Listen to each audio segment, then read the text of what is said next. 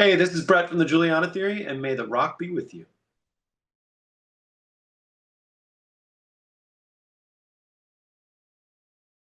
Brett, welcome to May the Rock be with you, mate. It's an absolute pleasure to talk to you today, and I can't wait for this one. Awesome. So glad to be here. Thank you. Always, mate. Now, we're of course here because you're headed back to Australia with the Spill Canvas. Now, you're both celebrating anniversaries of records. Yours is Emotion is Dead. So you're playing it in full for us, which is going to be fun. When you do these full albums, what's it like going back and revisiting as a whole and playing songs you may not have played for a long time?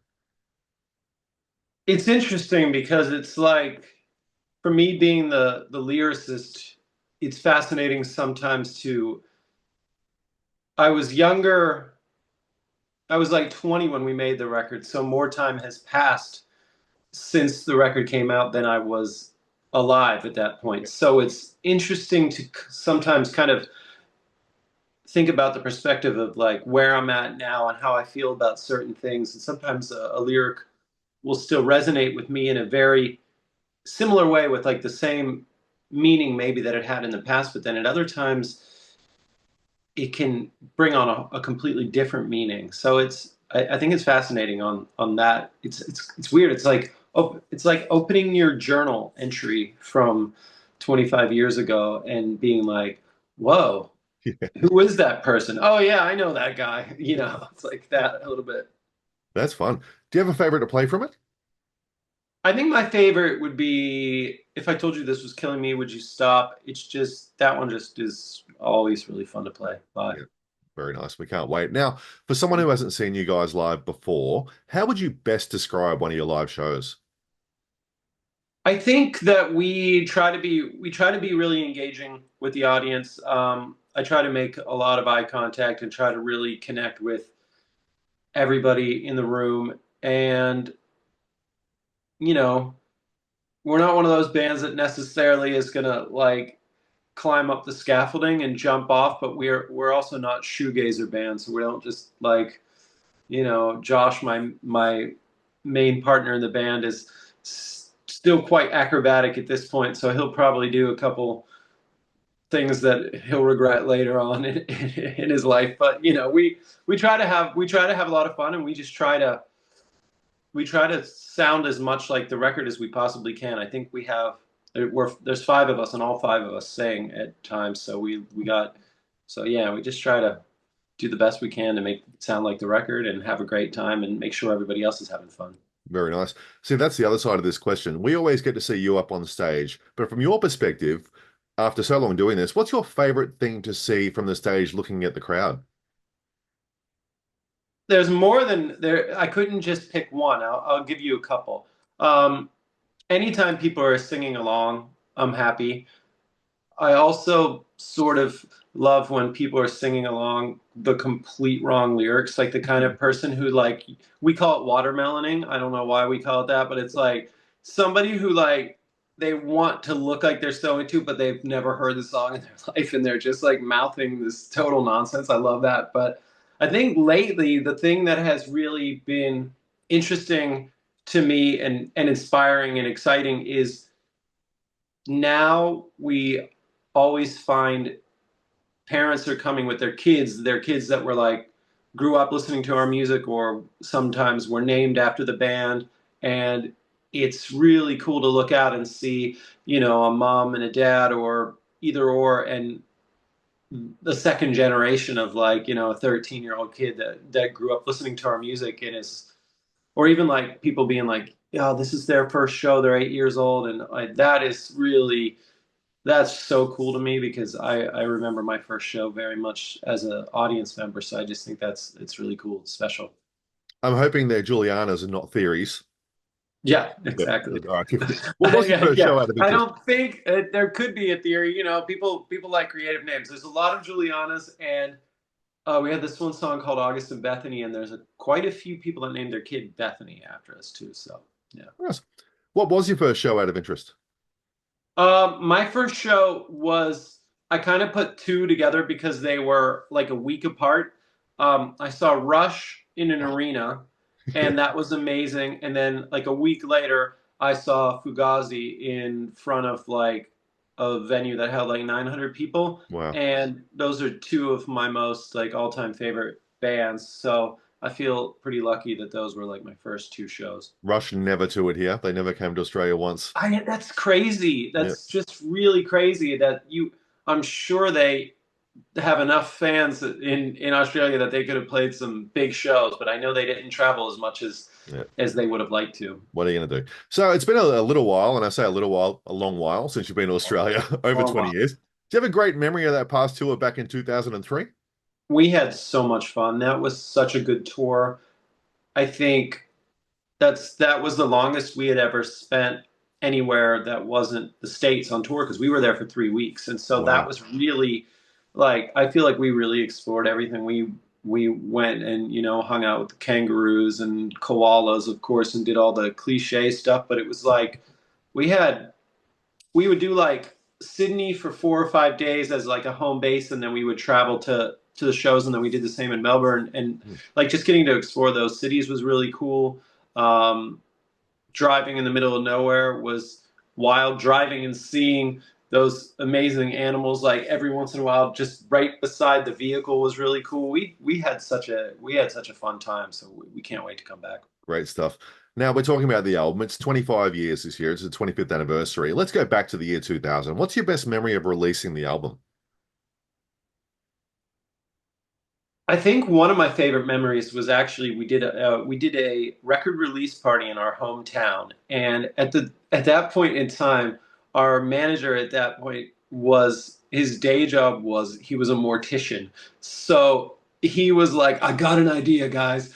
I'm gonna get a body bag and one that hasn't been used." And he's like, "I'm gonna get a body bag and get the logo from the cover of the album painted on." So he had this like look just like the album covers, like Juliana Theory, "Emotion is Dead" body bag, and we filled it with like tons and tons of like swag and merch and prizes. And I remember giving it out, and I just thought like for some reason that's it like such an indelible memory to me because it was like who would think that you should have a body bag and that's a good idea? And we were just like, yeah, we're going for it. That's So I great. was, That's awesome. Now, after almost 30 years as a band, a couple of breaks in between, what's on your list of things to do you haven't yet had the chance to do that you now have the opportunity to do or want to do?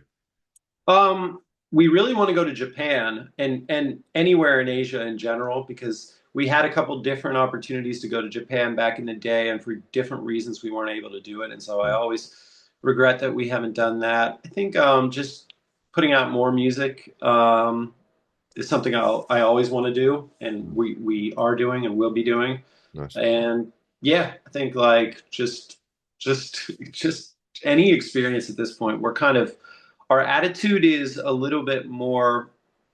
We're a little bit more free in the way that we think about stuff. It's not as in a way we still take it as seriously, but in a way we don't. And so now we just kind of think like, what experience haven't we had? What can we do that would be fun? Like, what can we do that we will look back in X amount of years and wish we had done? And so we're just kind of open to do fun stuff, whatever that is. Excellent. Love that. Now, when you have a break in a band, what does that allow you to do as an artist in the time away to bring back to the band and continue on from there?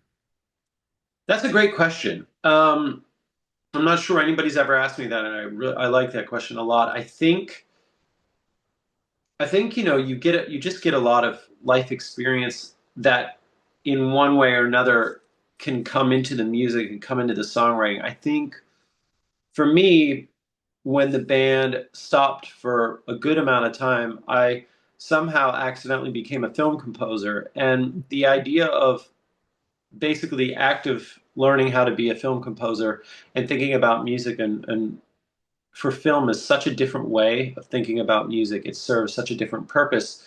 And composing for picture is such a different way of writing music. And that for me has really informed and changed the way that I think about songwriting in general. So I don't know if I hadn't stepped away for a while, I would be in a different headspace musically. So I think that, at least for me, that was kind of my situation, I would say.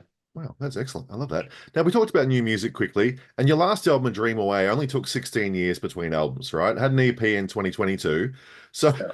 I wrote this down. Any chance we can expect something new, hopefully before 2037? So it sounds like Yeah, something's yeah, coming.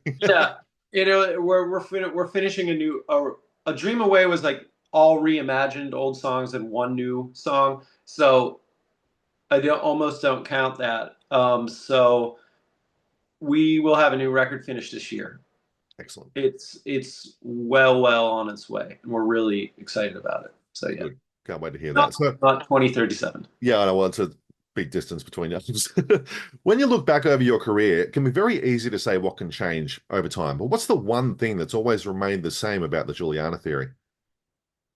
I think the one thing that has always remained the same, and it's something that I've always cared about, is I know I just said that maybe we don't take the band as seriously, but what I will say is anytime that we do something, especially making new music or writing songs and recording them and playing live too, it's we don't ever half-ass anything, and we don't ever.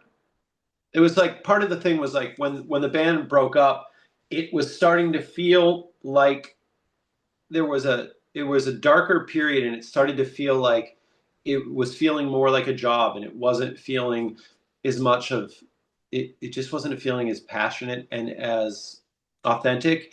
And so when we came back basically in 2019, it was like with a renewed sense of excitement and passion. And so I feel like the one thing that to me, when I think about the legacy of the band, is I think that we always did the best that we could at any moment in time, and we really like truly put our full heart into it and didn't just.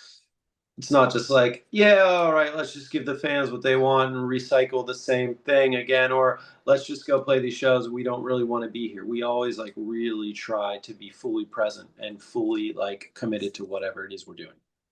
Right. So. Now, if there was ever a documentary or a biopic to be made about the band, what would you want it to be called? First of all, I think it would be a pretty boring biopic. I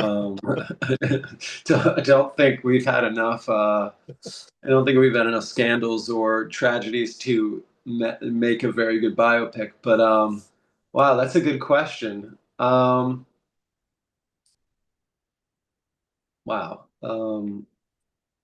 I understand this is a dream. Probably makes the most sense because in a way, when I think about it, it's like we named our first record Understand This Is a Dream, and I'm not even exactly sure why or what that meant to us at the time.